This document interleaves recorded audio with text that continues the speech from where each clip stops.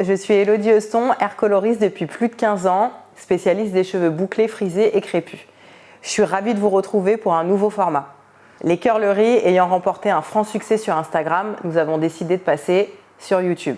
L'objectif des curleries, c'est de sensibiliser le plus grand nombre de personnes à aimer leur chevelure. Retrouvez dans chaque épisode un invité qui partagera son vécu avec nous. Pour le premier épisode, on retrouve à nouveau Paola qui se confie encore plus à nous. N'hésitez pas à faire vos retours en commentaire, à liker, partager et surtout à vous abonner. Bon, Paola, on se revoit. Oui. On va faire une petite transition aujourd'hui capillaire. Et du coup, on va rentrer un petit peu dans ton intimité cette fois-ci. Et j'aimerais que tu me parles de toi, mais depuis le début. Donc voilà, le rapport que tu as avec toi, avec tes cheveux, avec ton métissage, etc. Et je voulais que tu commences par me parler du rapport que ta mère a avec ses propres cheveux et le rapport qu'elle avait avec tes cheveux à toi. Quand j'étais petite? Ouais, quand j'étais petite et puis en grandissant. Ok, alors, donc ma mère est noire, ma mère est capverdienne et c'est mon père qui est blanc, c'est un Italien. Et j'ai une grande sœur qui a les mêmes cheveux que moi, on a 6 ans d'écart. Et donc, ma mère, il faut savoir qu'elle porte des perruques depuis que je suis toute petite. Donc elle a des cheveux et tout, mais elle a des cheveux très crépus, ma mère. Donc très compliqué de les coiffer. Puis elle a fait plein de lissages brésiliens, elle a fait plein de défrisages, aussi beaucoup de défrisages. Ok. Donc du coup elle met des perruques parce qu'elle aime pas ses cheveux naturels. Et sinon elle fait des tresses.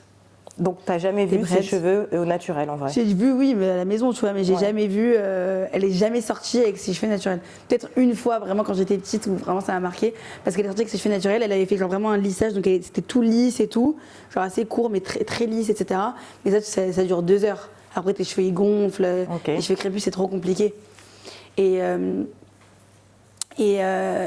voilà. Elle fait beaucoup de tresses, ma mère. Maintenant, elle met plus trop de perruques, mais elle fait que des tresses tout le temps. Et du coup, le rapport qu'elle avait avec tes cheveux, est-ce qu'elle arrivait à te coiffer? Est-ce qu'elle te disait que tu avais des jolis cheveux? Est-ce qu'elle a toujours aimé tes cheveux? Ouais, elle a toujours adoré mes cheveux. Moi, quand j'étais petite, j'habitais à Vincennes, qui est une ville assez bourgeoise. Donc, on n'était pas 100 000 à avoir des cheveux bouclés, etc. Et enfin, frisés, surtout parce que j'ai vraiment les cheveux vraiment frisés, moi, pour le coup. Et donc quand j'étais petite, moi je voulais absolument me faire un défrisage. Je sais pas si tu vois, Élodie, tu sais quand elle est dans une boutique et tu voyais le défrisage, le visage de la meuf là, oui. Comme ça. Oui. La Renoir là. Je voulais que prendre le paquet et me faire un défrisage. Et ma mère, elle m'a toujours interdit de le faire. Donc ça m'a vraiment aidée parce que si elle m'avait dit, si elle s'en foutait de mes cheveux et qu'elle m'avait dit ok vas-y fais-le, en vrai c'est plus simple pour te coiffer, je l'aurais fait mais sans hésiter. Mais je pense que c'était surtout aussi par rapport à ma sœur, vu que j'ai une grande sœur qui a 6 ans de plus que moi et elle se lissait tout le temps les cheveux. Et ma mère un jour elle lui a dit arrête faut quoi. Que t'arrêtes. Ouais. Mais tu vois ce qui est fou, c'est que ta mère donc elle a les cheveux crépus et elle se lissait les cheveux donc elle acceptait pas tes cheveux. Ses cheveux. Elle acceptait pas ses cheveux, t'as vu. Et mais le truc c'est que elle acceptait pas que toi tu te lisses les cheveux, alors qu'elle-même se les lissait. Mais le truc c'est que toi, tu l'avais en exemple, qui elle n'acceptait pas ses cheveux. Ouais, du coup c'est hyper contradictoire. Donc c'est. Parce que je pense que ma mère, elle a jamais eu la chance d'avoir des gens autour d'elle qui lui complimentaient ses cheveux, qui l'aidaient à l'accepter. Enfin, ma mère, elle va avoir 60 ans, donc on n'est pas du tout la même génération. Et elle, déjà, elle a vécu au Cap-Vert, mais elle est venue en France quand elle avait 4-5 ans. Et quand elle est venue en France, elle a vécu en Lorraine. Donc je t'explique, là-bas, il n'y a que des blancs. Tu vois, t'as pas un seul Renoir. Et donc c'était vraiment la seule métisse noire de là-bas. Et donc elle peut pas s'identifier. Internet, ça n'existe pas. Même toutes les stars, même les stars noires, elles avaient soit des perruques, soit les cheveux très courts, soit les cheveux lisses. Donc impossible. Et toutes ces sœurs, donc mes tantes, elles ont toutes les cheveux lisses. Alors normalement elles ont les cheveux bouclés, mais elles ont fait plein de lissages, tout ça quoi. Donc il n'y en a aucune femme qui est de la génération au-dessus de toi qui a les cheveux naturels. Aucune. Donc il n'y a que toi, ta sœur et tes cousines, etc. Ouais. Ouais, que moi, ouais, pareil. Enfin, que cette génération. Ok. Mais en fait, ils ont toujours. Après, nous, on a quand même de la chance dans le sens où, genre, nous, on est né avec un téléphone. Donc, on est né avec les vidéos de Chirac-Arianski, on est né avec les inspirations de toutes les femmes noires qui commençaient à assumer leurs cheveux. Et on a commencé à connaître aussi les produits pour les cheveux bouclés. Ouais. Ça, c'était hyper important. Des huiles. À l'époque, il y avait grave les bains d'huile, tu vois. Ouais. Genre même Aromazone, t'allais chez Aromazone, tu prenais plein d'huile, tu faisais un bain d'huile. Oui, c'est vrai. On a vraiment eu la chance d'être... en tout cas, aujourd'hui, je trouve... On est informés. Voilà. C'est vrai qu'on est informés. Donc du coup, effectivement, ta mère, elle n'acceptait pas ses cheveux, mais elle t'a toujours empêché de te lisser les cheveux et du coup d'accepter. Elle a fait en sorte que tu acceptes ton cheveu naturel. Ouais, mais déjà, ma mère, il y a un truc aussi où genre, elle acceptait pas ses cheveux, mais quand vraiment, elle mettait toujours des perruques quand j'étais petite. Après, elle a découvert qu'on pouvait faire des tresses avec des rajouts. Elle a arrêté de mettre des perruques. Ouais. Mais elle mettait des perruques bouclées. Ok. Tu vois? Pas des perruques lisses. Ça dépendait, elle changeait un peu, mais moi, quand je pense à ma mère, je la vois avec gros cheveux bouclés, genre perruque, cheveux bouclés, tu vois. Okay, ouais. Donc, t'as quand même un truc où, genre, ok, elle acceptait pas ses cheveux à elle parce qu'ils sont courts, parce qu'ils sont crépus, parce qu'ils sont détruits par les couleurs, les détressages, les machins. Mais elle adore les cheveux bouclés et elle met des perruques bouclées. Ok. Et ma sœur, pareil, elle a une période où elle se faisait que se lisser les cheveux, depuis de ses 8 ans à ses. Ah ouais. Ah ouais, vraiment, de ses 8 ans à ses 17 ans, elle s'est que lisser les cheveux. Tout le temps. Et moi, à mes anniversaires, ma mère elle me demandait quel cadeau je voulais pour mon anniversaire et je disais que tu me lisses les cheveux pour mon anniversaire. Et du coup, mon anniversaire, j'avais le droit d'avoir les cheveux lisses. Et est-ce que tu penses quand même, enfin ça, tu penses que c'est dû à effectivement le manque de représentation dans les médias, le manque de représentation donc des femmes noires ou métisses qui gardent et assument leurs cheveux naturels, ou est-ce que tu penses que le fait que ta mère se modifie les cheveux ou se mettre des perruques, du coup ça t'a pas aidé toi à accepter ton cheveu naturel, ou un mix des deux? Je pense que ma mère, c'est vraiment dans mon inconscient parce que c'est vraiment là je me pose la question parce que tu m'en parles à l'heure d'aujourd'hui, mais sinon je me suis jamais posé la question, tu vois. Donc je pense que c'est vraiment dans mon inconscient et je pense que c'est juste moi étant petite, tu sais, t'as toujours un truc où tu te dis ma mère elle accepte même pas ses cheveux, pourquoi moi je devrais les accepter, tu vois. C'est ça. Mais en même temps c'est hyper contradictoire parce qu'elle me complimentait beaucoup sur mes cheveux, mais moi je me rappelle, ma mère elle m'accompagnait, vraiment je lui demandais à Barbès, on allait souvent à Barbès quand j'étais petite avec ma mère, parce qu'il y avait une boutique que j'adorais, j'achetais beaucoup de vêtements là-bas, et à côté il y avait un coiffeur. Et je disais à ma mère, je t'en supplie, je peux aller me faire un lissage. Et elle m'emmenait quand même, tu vois. Faire un brushing? Oui, genre elle me disait, elle m'emmenait quand même faire un brushing. Et à Montreuil aussi, j'allais tout le temps faire des brushings à Montreuil quand j'étais petite. Et t'avais quel âge? Je sais pas, genre j'étais en primaire. Ouais, donc t'avais... genre CM2, tu vois. T'avais moins de 10 ans? Non, j'avais genre 10 ans. Ouais, t'avais 10 ans. Ouais. Ok. Et parce que c'est dur aussi. Puis après, une fois que tu t'es lissé les cheveux, une fois que ton t'a dit 40 fois que t'es trop belle avec ces cheveux-là, tu veux en faire tout le temps. Ouais, c'est ça. Tu vois. Mais tu vois, je fais une petite aparté juste avec moi, qui est métisse aussi, mais moi, ma mère est blanche, avec des cheveux lisses. Ah ouais. Mais c'est ses cheveux à elle, donc lisses, et elle se faisait des permanentes. Donc bouclés. Pour avoir les cheveux bouclés. Et moi, je voulais avoir des cheveux lisses parce que je savais que ma mère avait les cheveux lisses, donc elle se faisait des permanentes de temps en temps, mais je sais, j'ai grandi en voyant ma mère qui avait les cheveux lisses. Et du coup, je voulais avoir les cheveux lisses parce que pour moi, la mère, c'est la représentation directe féminine. Voilà, et du coup, je voulais avoir les cheveux lisses parce que ma mère avait les cheveux lisses. Tu vois, et elle, effectivement, pareil, elle me disait que j'avais des cheveux magnifiques, qu'elle se faisait des permanentes pour justement avoir les cheveux comme les miens. Mais je voulais rien entendre. Moi, je voyais juste que j'avais l'impression que les filles qui étaient belles et qui étaient représentées, elles avaient les cheveux lisses. Et en plus, elles avaient la peau claire. Ouais. Tu vois. Donc, effectivement, il y a ces fossés, tu vois. C'est-à-dire que même si toi, à la maison, on te dit que tu es belle et que tu as des beaux cheveux, à partir du moment où tu allumes la télé ou tu sors dans la rue, tu vois que les nanas, elles n'ont pas les cheveux comme toi, forcément, tu vas te dire que t'es pas normale, entre parenthèses. Mais même, je trouve que même les compliments qu'on nous faisait quand on était petite avec les cheveux bouclés, c'est pas des compliments genre on n'avait pas l'air d'être élégante, ni chic, ni féminine. C'est vraiment oh ta petite touffe trop mignonne, tu vois ce que je veux dire. Donc ça nous infantilisait de ouf En gros, on avait l'impression qu'on avait les cheveux en bordel et que c'était juste mignon. Tu vois, donc en fait, on n'avait pas ce truc-là de femme, la femme blanche, cheveux lisses, élégante, chic, classe, tu vois. Ouais, je suis d'accord. Et c'est pour ça justement que toutes les filles avec les cheveux bouclés, quand elles vont en entretien, elles se slickent les cheveux ou elles se les lissent, parce que forcément, avec tes cheveux bouclés, t'as pas l'image de la meuf propre, t'as l'image de la meuf archi-messie. Ouais, ou un peu sauvage. Ouais, sauvage. Alors ça c'est exotique. Ça on me l'a sorti ça, trop drôle. Petite anecdote, juste en parlant de ça. Il y a 2 ans, donc c'est pas il y a si longtemps, je vais à Saint-Tropez, je suis à Saint-Tropez, et je vais dans... Il y avait comme un beach day, genre sur la plage, musique à fond, on mange, tout machin, enfin. Les restos ambiance, tu vois, de l'après-midi à Saint-Tropez, quoi. Et donc j'y vais et tout, et il y avait des thèmes. Là c'était le thème jungle, je crois. Oh non. Mais je savais pas, tu vois. Moi, j'ai dit, je vais aller là parce que c'est trop sympa et tout, il y a de la musique, mais non, voilà. J'arrive, je vois, c'est le thème jungle. Bon, voilà, tu vois, ils ont mis des. C'était là, vraiment forêt et tout, machin. Bon, à partir de là, bon, un peu chelou, mais vas-y, c'est pas grave. Je rentre et tout, et la meuf, elle me dit, ah, mais non, Enfin, faut bien s'habiller et tout ça. Enfin, moi, j'étais en mode détente et tout. Et elle me dit, bon, ça va, tu rentres quand même dans le thème avec tes cheveux un peu sauvages, exotiques, ça fait jungle. Je te jure. Je l'ai regardée. Et après, elle a dit, et ta copine aussi, elle est dans le thème. Alors que ma copine, parce qu'elle est noire de peau, ah bah voilà, très noire, couleur ébène, ouais, mais elle avait une perruque lisse. Donc voilà. Bah là, il faisait un rapport avec sa couleur de peau, du coup. Genre jungle, noir, quel rapport. Et là, j'ai dit, allez, salut, je fais demi-tour, je suis partie. J'ai dit, je donne pas 1 euro ici, quoi. Mais c'est fou, hein. Tu sais, comme on est même affiliés, genre à des femmes, tu vois, genre, tu vois, un peu tigresse, genre, on peut être hyper sexualisé juste pour une coupe de cheveux, genre c'est un truc de ouf quand même. Une couleur de peau. Et une couleur de peau. Là il m'arrive un truc hier. Moi j'avais des tresses là jusqu'à aujourd'hui, j'avais des tresses collées, longues et tout. Et je suis sur les pistes de ski.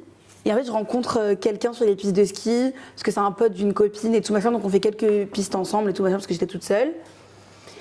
Et en gros j'avais un bonnet. Et je sais pas comment expliquer parce que j'arriverai pas à le retranscrire, mais c'est vraiment ce que j'ai ressenti. Je veux dire, quand on était dans les télésièges et tout, et il me parlait grave, genre en mode mais toi, t'as des mecs, enfin tu sais, genre, il essayait vraiment de rentrer dans ma vie un peu genre hyper intime, genre c'était un peu chelou. Et après, j'ai enlevé mon bonnet et il m'a dit ah, t'as des tresses africaines, ah, c'est trop sexy. Enfin, tu sais, j'arrive pas à l'expliquer, mais il m'a archi sexualisée par rapport à ma coupe de cheveux. Il t'a instrumentalisé aussi. Ouais, mais vraiment. Et ça m'a choquée, genre. Et donc là, oui, au niveau capillaire, donc oui, effectivement, tu as un cheveu frisé, donc cheveux métissés. Et par rapport à ton métissage, le fait d'avoir une maman noire et un papa blanc, est-ce que tu as réussi à trouver ta place dans la société, déjà en tant que métisse, donc en étant ni noire ni blanche, et noire et blanche. Donc du côté maman et du côté papa, ou même, comme tu disais, tu as grandi à Vincennes, donc dans une ville un peu bourgeoise où la mixité n'est pas hyper développée. Bah, c'est pas populaire, quoi. Voilà, c'est pas populaire. Donc toi, comment t'as vécu et comment tu vis même aujourd'hui ton métissage? Je le vis hyper bien. Mais après, moi, il y a un truc aussi, les gens, ils me voient un peu comme j'ai un peu le beauty privilège, tu vois ce que je veux dire? Ok. Et donc, du coup, moi, depuis que je suis petite, j'ai jamais vraiment vécu de racisme, enfin, à part par rapport à mes cheveux, mais ça, bon, comme tout le monde, quoi. Mais je me suis jamais sentie pas à ma place chez les Noirs ou chez les Blancs. Ok. Après, moi, comme ma mère, c'est ma mère qui m'a élevée, parce que moi, mes parents se sont séparés. Donc, mon père, je le voyais genre un week-end sur 2. Ma mère, elle m'a vraiment élevée, quotidiennement. Elle m'a vraiment inculqué toutes les valeurs et la culture africaine. Mais vraiment énormément, genre.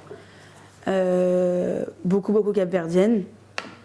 Mais vraiment, moi, j'ai vécu dans la culture africaine depuis que je suis petite. Je suis hyper proche de mes tantes africaines. Aussi, depuis que je suis petite, moi, je me suis entourée aussi de toutes mes amies. Elles sont toutes noires. J'ai aussi beaucoup d'amies blanches, etc. Hein. Mais ma meilleure amie, elle est noire. Elle est guadeloupéenne et algérienne. Mais elle est noire et elle a des cheveux frisés, un peu crépus et tout machin. Et moi, ça fait depuis que j'ai 2 ans que je la connais. Donc aussi, je me suis entourée de gens comme elle, ma sœur, etc. Donc moi, je me suis toujours sentie noire. Ok. Donc du coup, Ouais. tu te sens plus... Je me sens noire. Tu te sens plus pour moi, je suis noire, quoi. Tu vois ce que je veux dire? Parce que oui, c'est vrai que j'ai une partie blanche et une partie noire, mais pour moi, je suis noire. Genre, je dirais jamais je suis blanche. Tu vois ce que je veux dire? Genre, jamais de la vie, je dirais je suis... Enfin, on dirait que je suis un truc contre les blancs, pas du tout. Mais je me sens vraiment pas du tout blanche.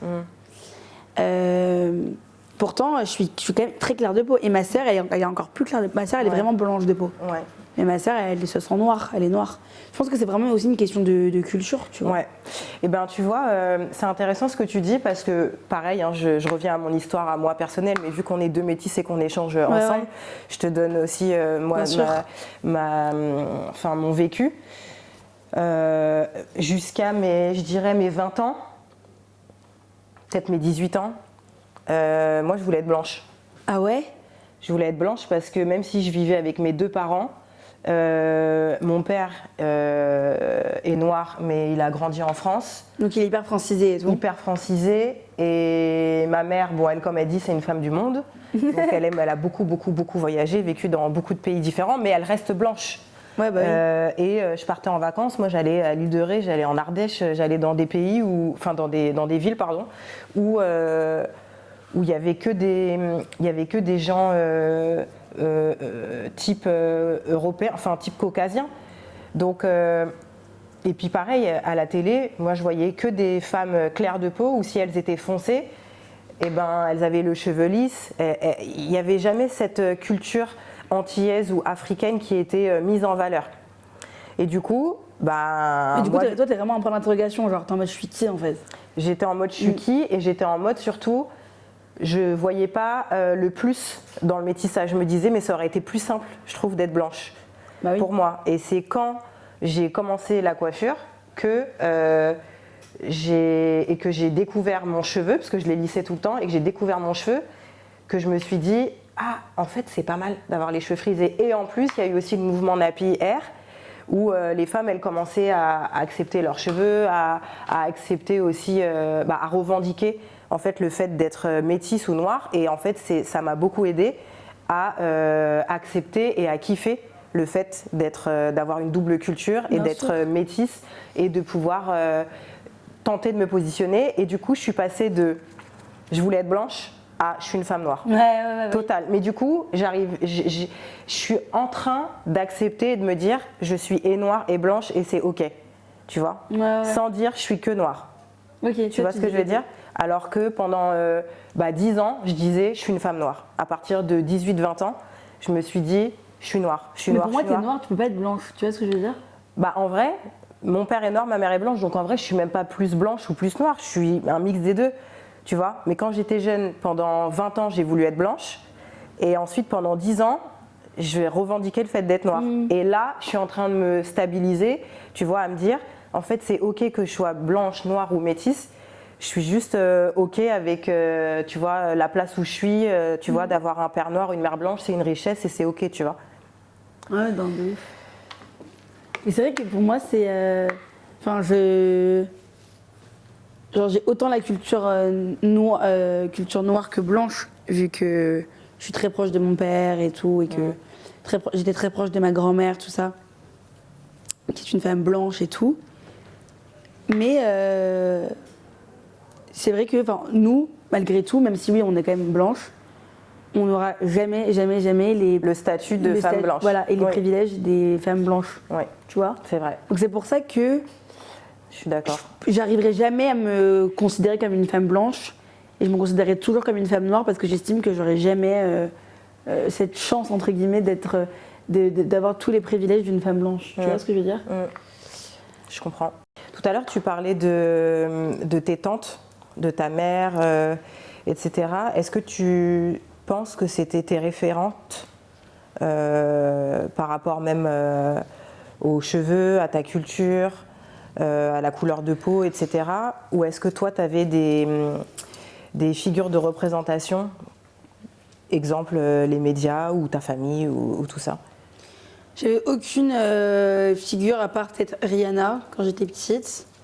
Enfin, toujours aujourd'hui, hein, pour moi, c'est vraiment une inspiration. Donc je dirais Rihanna, mais même Rihanna, on ne sait pas vraiment les cheveux qu'elle a. Non, c'est pas. enfin voilà. Et on sait pas. Mais sinon ma sœur, mais sauf que ma sœur déjà elle est très claire de peau et elle se lisait les cheveux. Donc voilà, ou sinon ma meilleure amie qui elle se faisait toujours des chignons parce qu'elle n'aime pas ses cheveux. Donc en fait, j'avais pas vraiment de figure de représentation de femme. C'est vraiment plus tard, genre à mes 12-13 ans, quand j'ai commencé à aller beaucoup sur YouTube, où là j'ai découvert Cher Krayansky par exemple, qui est devenue vraiment pour moi une référence incroyable pour mes cheveux, parce que c'était la première fois que je voyais une femme métisse, mais quand même hyper blanche, parce qu'elle est vraiment blanche de peau, avec des gros cheveux bouclés qui les assumaient, mais je trouvais ça dingue. Mais vraiment, je trouvais ça dingue. Ouais. Et donc je dirais que ma première vraiment vraie représentation qu'il y a eu dans les médias, sur les réseaux, tout ça, pour moi c'était Cher Krayansky, mais j'avais quand même 13 ans. Donc il y avait 13 ans avant où j'avais rien. Ou en fait, juste heureusement que j'ai pas fait de conneries à défriser mes cheveux, quoi. Et tu te coiffais facilement, enfin, comment t'as appris? Ma mère, tous les soirs, elle me plaquait les cheveux, comme ça, et elle me faisait une tresse. Ok. J'allais à l'école en tresse, tout le temps. Et un jour, je me suis laissé les cheveux lâcher, parce que ma mère m'avait pas fait de tresse, et que ma meilleure amie m'avait dit, c'est trop beau tes cheveux, restent comme ça et tout. Et je suis arrivée, j'étais en CM2, je me rappellerai toute ma vie, je crois que je l'ai raconté dans la vidéo. J'avais un petit blazer Zara que j'avais acheté en brocante. Et je suis arrivée comme ça en primaire avec mes cheveux. Et le mec que j'aimais, qui s'appelait Florian, j'étais amoureuse de lui, il m'a dit, je sais plus ce qu'il m'a dit, genre, ouais, tes cheveux de caniche ou un truc comme ça. Florian, c'est mal. Si tu regardes cette vidéo, c'est mal. C'est mal. Mais bon, il était tout petit. Et donc, il m'a dit pas, j'ai senti qu'il m'a pas dit ça en mode c'est moche. Tu vois ce que je veux dire? J'ai senti qu'il aimait bien mes cheveux, mais ça fait caniche, tu vois. Ouais. Mais j'ai pas senti en mode que c'était moche. Je sais pas comment expliquer. Et toi, tu l'as pris comment? Je l'ai mal pris, ouf. Mais après, justement, il avait dit, maintenant, il m'aime bien et tout, enfin, tu vois. Mais ça, j'ai fait ça qu'une fois. Après, le lendemain, je suis quand même venue en tresse. Qu'est-ce qui toi, t'a manqué plus jeune ou même encore maintenant? Qu'est-ce qui manque encore, même si j'ai l'impression que là, on est bien parti. Mais quand tu étais plus jeune, qu'est-ce qui t'a manqué pour justement plus assumer tes cheveux?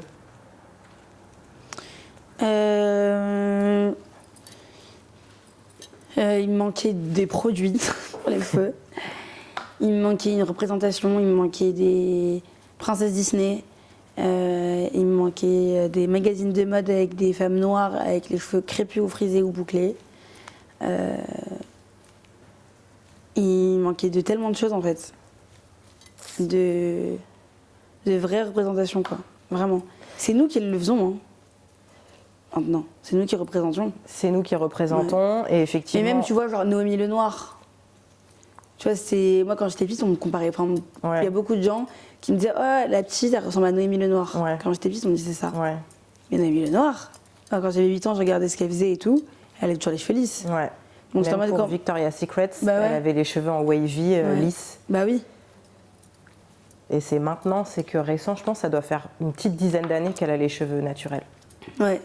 Mais du coup, comme tu disais, tu as manqué de représentation. Mais tu vois, ce qui est bien dans ce que nous faisons en tant que femmes métisses noires, c'est que du coup, on peut avoir une voix, moi dans mon domaine, et toi, le fait que tu sois un personnage public, que tu sois très suivi, que tu aies une voix, du coup, tu peux aussi être une figure de représentation pour les jeunes filles. Et toi, est-ce que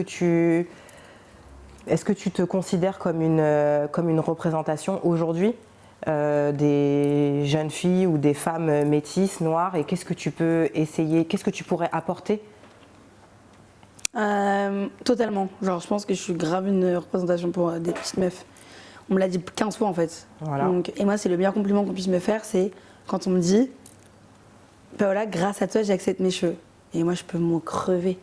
C'est comme si on m'avait donné un deuxième cœur, genre, tu sais, Et donc oui, je pense que je suis vraiment une représentation pour les jeunes filles, en fait, vraiment. Et surtout que moi, comme j'ai la chance de faire la Fashion Week, j'ai une coiffeuse qui est top, qui s'appelle Déborah, qui me coiffe souvent, et je fais plein de coiffures un peu folles, tu vois. Ouais. Mais toujours avec, tu vois, il y a toujours de la culture noire, culture africaine dans les coupes que je fais. que ce soit les tresses, que ce soit les braids, que ce soit les cheveux frisés, tout ça, et donc du coup, j'ose beaucoup. Et elle te suit. Et elle me suit de ouf. Ouais. Mais en parlant de coiffeuse, à la base, Deb, c'est ma coiffeuse depuis hyper longtemps, mais comme elle fait beaucoup les fashion week, elle n'est pas toujours dispo. Et du coup, ils m'ont remplacé, mon agence, ils m'ont remplacé cette coiffeuse quand elle n'est pas dispo par une fille qui s'appelle Clotilde, qui est blanche. Et Déborah, elle est noire. Et ce qui est ouf, c'est que quand elle est arrivée, j'ai eu grave un a priori. Je me suis dit, si elle est blanche, elle sait pas toucher à mes cheveux. Ouais. Genre, elle sait pas faire. Ouais. Ça y est, elle va me faire n'importe quoi. Genre, j'ai commencé à angoisser, j'avais les larmes aux yeux quand elle commençait à toucher mes cheveux. Parce que je la connaissais pas, je savais pas ce qu'elle savait faire. Et moi, j'étais en mode, elle va me détruire les cheveux. Ouais. Et en fait, c'est la plus forte du monde. Genre, elle est trop forte pour les cheveux bouclés. Déjà, tu vois la différence, elle arrive, tu sais, quand elle utilise du gel, elle utilise du bon gel pour nos cheveux. Ouais. Elle utilise le diffuseur et pas le boucleur. Ouais. Que des trucs comme ça qui prouvent que, tu vois, et en fait elle était hyper forte même dans les tresses et tout. Mais c'est ouf, nous en tant que femmes noires, comment on est un peu genre traumates des coiffeuses un peu caucasiennes, tout ça, ouais. Qui savaient pas s'occuper de nos cheveux quand on était petite. Parce que moi quand j'étais petite, moi t'es le seul coiffeur que je connais qui s'occupe des cheveux frisés. Moi quand j'allais chez le coiffeur, quand j'étais petite, j'allais chez. Ouais, tu vois ce que je veux dire? Ouais. Alors ça nous a détruit les cheveux. C'est sûr que tu ressortais pas avec une belle boucle, oui. Un cheveu soyeux et un joli volume et une coupe adaptée à ton type de cheveux. Je pense que ça change là. Ça change parce que on a juste à regarder. Tout à l'heure, tu parlais des princesses Disney. Là, tous les ans, la princesse Disney qui sort, elle est plus blonde aux yeux bleus. Hein. Oui, oui. Là, il y a la nouvelle, il y a Wish. Elle est noire avec des tresses qui vient de sortir là. Incroyable. Ouais. Il y avait El Canto, je crois que c'est mexicain. Donc il y a tous les ans maintenant, ils ont compris en fait là qu'il fallait la petite sirène. Parlons-en de la petite sirène. Incroyable. Donc là, je pense qu'il y a un Swift qui se fait et c'est très bien pour justement les générations qui arrivent là, qui n'auront pas à vivre. On parlait de ça dans une vidéo, mais c'est vrai que la petite sirène, t'as vu, on avait parlé de ça, je crois. Ouais. Que quand les petites filles, quand elles ont vu la bande-annonce et qu'elles ont vu qu'elle était noire, la petite sirène, elles ont pleuré. Non mais j'ai pleuré avec elle, du coup. Ouais, non, j'avoue que j'ai grave pleuré. Ah ouais? Oui, parce qu'en fait, ils faisaient des medleys sur Instagram, ils faisaient des medleys de plusieurs petites filles noires ou métisses aux États-Unis qui pleuraient. Donc moi, forcément, ma projection de petite fille métisse avec des cheveux frisés, je me disais, mais moi, si j'avais été petite et que j'avais vu ça, j'aurais été trop touchée. Et puis, je trouve ça beau, en fait, cette évolution. Donc, du coup, à chaque vidéo, je pleurais, tu vois. Et je me disais, c'est trop bien, c'est trop beau. Donc, oui, c'est une bonne chose pour. Toi, t'as pas encore d'enfant, mais toi, tu penses que qu'est-ce que tu diras à ta petite fille? Comment tu l'éduqueras au niveau de son cheveu, parce que même si tu te mets avec un homme blanc, l'enfant aura les cheveux bouclés, je pense. C'est pas sûr, mais tu as quand même le cheveu qui frise bien, donc forcément l'enfant aura peut-être, tu vois, un cheveu texturé. Moi je lui dirais tous les jours que c'est vraiment une force qu'elle ait des cheveux bouclés, frisés, que c'est magnifique. Je pense qu'il faut surtout beaucoup complimenter, c'est hyper important.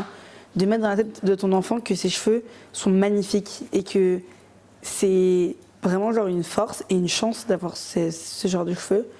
En plus, nous, on a trop de la chance parce qu'on a des beaux cheveux bouclés. On peut aussi avoir des beaux cheveux lisses. Si on veut se les lisser, on peut très bien se faire on peut faire toutes les coupes du monde, donc c'est génial. Et je ferai en sorte que ses cheveux soient toujours en bonne santé, tu vois, hyper bien hydratés, etc. D'utiliser les bons produits. Moi, ma mère, elle connaissait pas du tout les produits. C'est vrai que elle sait pas ce que c'est les bons produits. Moi, j'apprends, je suis en train d'apprendre grâce à toi, tu vois. Et donc même mon enfant, c'est sûr que je ferai tout en sorte, tu vois, qu'elle ait vraiment les cheveux les plus hydratés possibles, les plus soyeux, les plus doux, etc. Comme ça aussi, c'est aussi de se dire, j'ai une belle coupe, mais mes cheveux ils sont en bonne santé, ils sont beaux, ils sentent bon, enfin tu vois. Moi, quand j'étais petite, comme ma mère, elle savait pas trop quels produits utiliser. Elle utilisait des produits pour les blanches, pour les cheveux lisses. Et donc mes cheveux, ils étaient hyper secs. Tu vois. Ouais. T'avais un truc où c'était pas assez hydraté.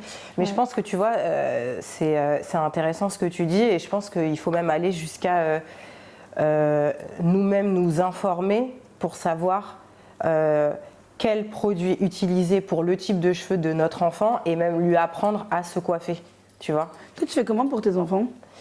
Pour mon fils, lui, il a toujours eu les cheveux longs. Là, maintenant, il les a courts, mais il a toujours au moins ça de longueur au-dessus, donc bien frisé.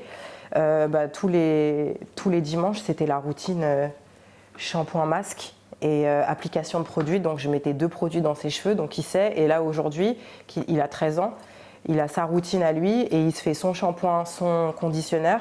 Et ensuite, il s'applique son produit parce que lui, ça le saoule de mettre 2 produits. Donc, il en a un et il sait se les appliquer. Il utilise la brosse et tout. Et quand vraiment il a un date où il a son bal de promo ou ses trucs importants, il me dit « Maman, est-ce que tu peux me coiffer, s'il te plaît ?» Mais ses cheveux bouclés, et pour lui, c'est une puissance. Hein. Il adore. Il voudrait pas du tout avoir d'autres cheveux. Incroyable. Mais bon, en même temps, il a une mère qui revendique ça depuis sa naissance. Donc forcément, lui, il est content et il a des cheveux en bonne santé, toujours bien coupés, avec des bons produits. Et puis ma fille, elle a les cheveux bouclés, mais elle est petite. Elle a 18 mois, 19. Donc elle a les cheveux qui bouclent aussi. Donc chaque shampoing, il faut démêler, hein, parce qu'à l'arrière, ça loxe. Elle crie. À l'arrière. J'essaye de faire mon maximum pour qu'elle ne crie pas. Mais après, elle aime bien, genre je sors la brosse et le spray là pour démêler ses cheveux. Elle est contente, elle s'assoit entre mes jambes. Et elle est contente et elle attend. Donc, c'est ouf, tes enfants, ils ont 13 ans d'écart. Enfin, 12 ans. Ils ont 12 ans d'écart.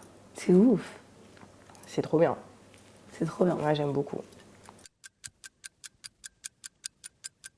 Paola, est-ce que tu as envie de profiter de ta notoriété pour mettre en avant certaines causes ou est-ce que tu le fais déjà? Alors, je le fais déjà, depuis longtemps.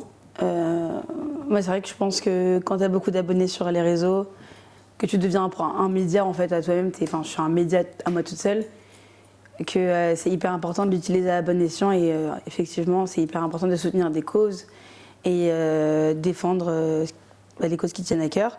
Donc moi je le fais beaucoup avec une association qui s'appelle Aïda depuis 6 ans. Donc, j'ai été bénévole pendant 3 ans et là je suis devenue marraine de l'association.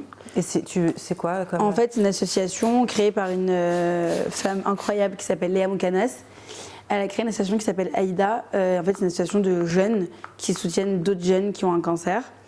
Donc tu peux être bénévole à n'importe quel âge et elle souligne vraiment le fait que l'engagement n'a pas d'âge et c'est vrai que c'est hyper rare parce qu'en général quand tu veux t'engager il faut soit être majeur, soit signer 1000 papiers, être avec tes parents, en général c'est hyper rare d'être engagé dans une asso et être bénévole quand tu es mineur. Ok, et là du coup on peut le faire même si on est mineur? Évidemment, justement, moi j'ai commencé, j'avais 13 ans quand j'étais bénévole. Ok. Et c'est trop bien quoi. Et donc du coup, moi je fais beaucoup de missions sur le terrain. Donc moi je vais beaucoup à l'hôpital rendre visite aux jeunes depuis 6 ans. Je vais beaucoup à une clinique qui s'appelle Clinique Édouard Arist. J'aime bien là, je connais bien, j'ai mes repères et tout. Mais il y a plein de missions que tu peux faire. T'es pas obligé. Je sais qu'il y a plein de gens qui ont un peu un rapport compliqué avec l'hôpital. Ouais. C'est un endroit assez sinistre et tout, donc il y en a qui n'aiment pas y aller. Et donc il y a plein d'autres missions que tu peux faire. Tu vois, organiser des trucs dans ton lycée ou dans ton collège pour sensibiliser un maximum de personnes, organiser des activités ou un week-end pour des patients et tout. Plein de trucs à faire. Et là, on a eu une action depuis novembre, on travaille dessus, ça s'appelle Noël à l'hôpital. En fait, le but, c'est de récolter 10 000 cadeaux pour 10 000 enfants qui passent les fêtes à l'hôpital. Et en fait, ce qui est trop bien, c'est que c'est des cadeaux personnalisés. Donc en fait, c'est les jeunes qui ont choisi ces cadeaux-là. Donc, je sais pas, ça peut être une Barbie pour la plus petite et un permis de conduire pour le plus grand, des places de concert, un week-end, une enceinte, je sais pas, il y a plein de trucs. Et voilà, en tout cas, j'adore faire ça, je trouve ça trop important de s'engager. Et en plus, j'ai remarqué que dans ma communauté, ils étaient hyper engagés, genre que tout le monde veut s'engager. Des gens qui savent pas forcément comment faire, tu vois. Parce que personne t'explique, personne t'apprend. T'apprends pas à l'école comment tu fais pour t'engager dans cette association. Non. Et puis même, il n'y a pas énormément de pubs là-dessus, même à la télé, tout ça, t'as pas des petites... parce que là, c'est quand même une association, mais elle est connue ou elle n'est pas hyper connue? Elle est connue que depuis peu parce que Ouais. j'en parle énormément et que beaucoup d'influenceurs en parlent parce que je demande à tout le monde d'en parler. Mais sinon, c'est pas une association, c'est pas une organisation genre ONG, c'est pas avec l'État. Ok. C'est une association créée par une meuf qui avait 16 ans, tu vois. Ok, ouais. Je sais même pas s'il y a vraiment des subventions de l'État en plus. En tout cas, tu as ta voix et je vois que tu le fais sur les réseaux. Tu vois, même au niveau capillaire, quand on te voit, même avec tes amis, quand tu pars au Cap-Vert et tout, tu vois. Ouais, grave. Enfin, t'es quitté, quoi. T'essayes pas de te grimer ou d'être ce que tu n'es pas. Ah ouais, grave pas. Tu vois. Ok, t'es prête? Oui. 1, 2, 2, 3. J'aime trop, Oui. c'est trop beau. C'est parfait, c'est tellement ce que je voulais. C'est parfait. Tu vois, on n'a pas coupé. Ouais, ils ont poussé mes cheveux. Je t'ai fait un bon soin. On a tout recoloré. Parfait. Donc, éclairci, les sourcils. Aussi. Nickel. Ils sont tout doux. Et les boucles hyper définies. T'es bien. Elodie. Merci. Trop forte. Merci à toi. Merci à toi. Je me sens hyper bien là, avec ma coupe. Au début, là, bon, après, il va être tellement drôle. Au tout début, quand je suis arrivée avec mes cheveux. Non, c'est parfait. Laquelle ?